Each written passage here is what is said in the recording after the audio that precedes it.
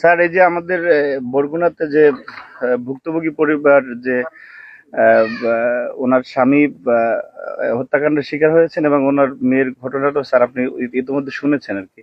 তো উনি এখানে আছেন এবং স্থানীয় জনসাধারণ ওনারা আছেন। তো উনি একটু আপনাকে সালাম দিতে চাচ্ছেন স্যার।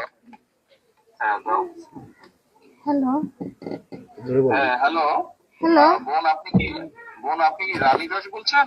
হ্যাঁ বোন আমি তারিক বলছিলাম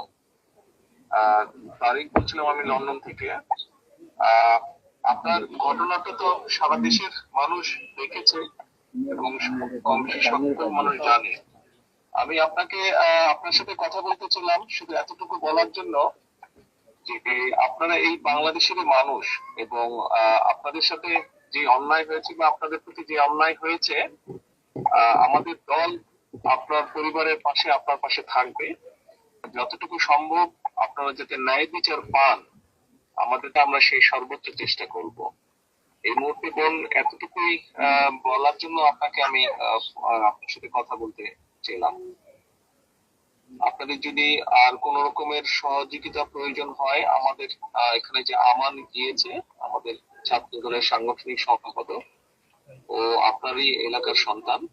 আপনি যদি ওকে বলেন আপনাদের কোনো কি কি সহযোগিতা প্রয়োজন, আমরা চেষ্টা করব যতটুকু পারি আমাদের অবস্থান থেকে আপনার পাশে দাঁড়ানোর জন্য।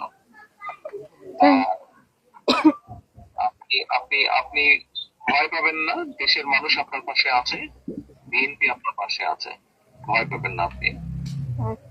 তাই আমার স্বামী তো আমার মেয়ের ধর্ষণের বিচার চাইতে যাই আমার স্বামী তো মার্ডার হয়ে গেছে। আমার এই 3টে সন্তান নিয়ে আমি কি করব? আমার তো কোনো নিরাপত্তা নেই। আমার পাশে আমি কিভাবে খাবো, কি করবো? আমার তো সেরকম কিছু নাই। আমার আয় রোজগারের মানুষই আমার মাকে পালাইছে। এখন আমি কি করবো? আমি আমার নেতৃবৃন্দকে বলেছি, আমার নেতৃবৃন্দ ওখানে যাচ্ছে, আমান ওখানে আছে। আমরা আরো আমাদের দলের সিনিয়র নেতা মানে আরো বড় নেতাদেরকে আমরা বলেছি আপনার সাথে যাবে, কথা বলবে এবং আপনার কি কি সহযোগিতা প্রয়োজন আমাদেরকে বলবেন।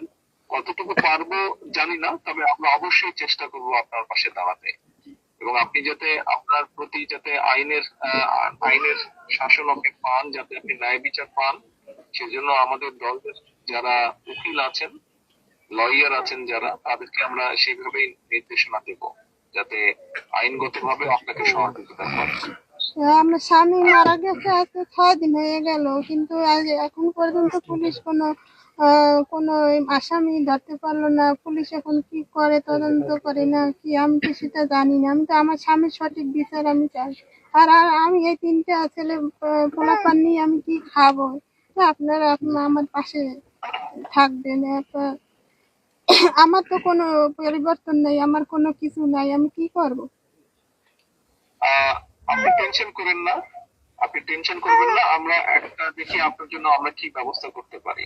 আপনি বাচ্চাদেরকে নিয়ে যে টেনশনে আছেন, ইনশাল্লাহ আমরা একটা ব্যবস্থা নিশ্চয়ই করব আপনার জন্য, টেনশন করেন না আপনি। আমাদের যেই ছাত্র নেতাটা গিয়েছে আমার, আপনি ওর সাথে কথা বলেন, ও আছে ওখানে, ও থাকবে ওখানে আপনাকে। এবং এর বাইরেও আমি আমার অন্য নেতাদেরকেও বলেছি, তারাও আপনার সাথে যাবে, কথা বলবে। আপনার সহযোগিতার প্রয়োজন আমাদেরকে বলেন, আমরা চেষ্টা করছি কতটুকু পারি আমরা করতে।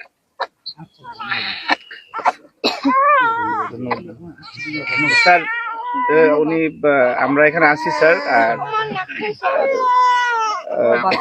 জি স্যার, জি আপনাকে সবাই ধন্যবাদ জানিয়েছেন। ধন্যবাদ মানব।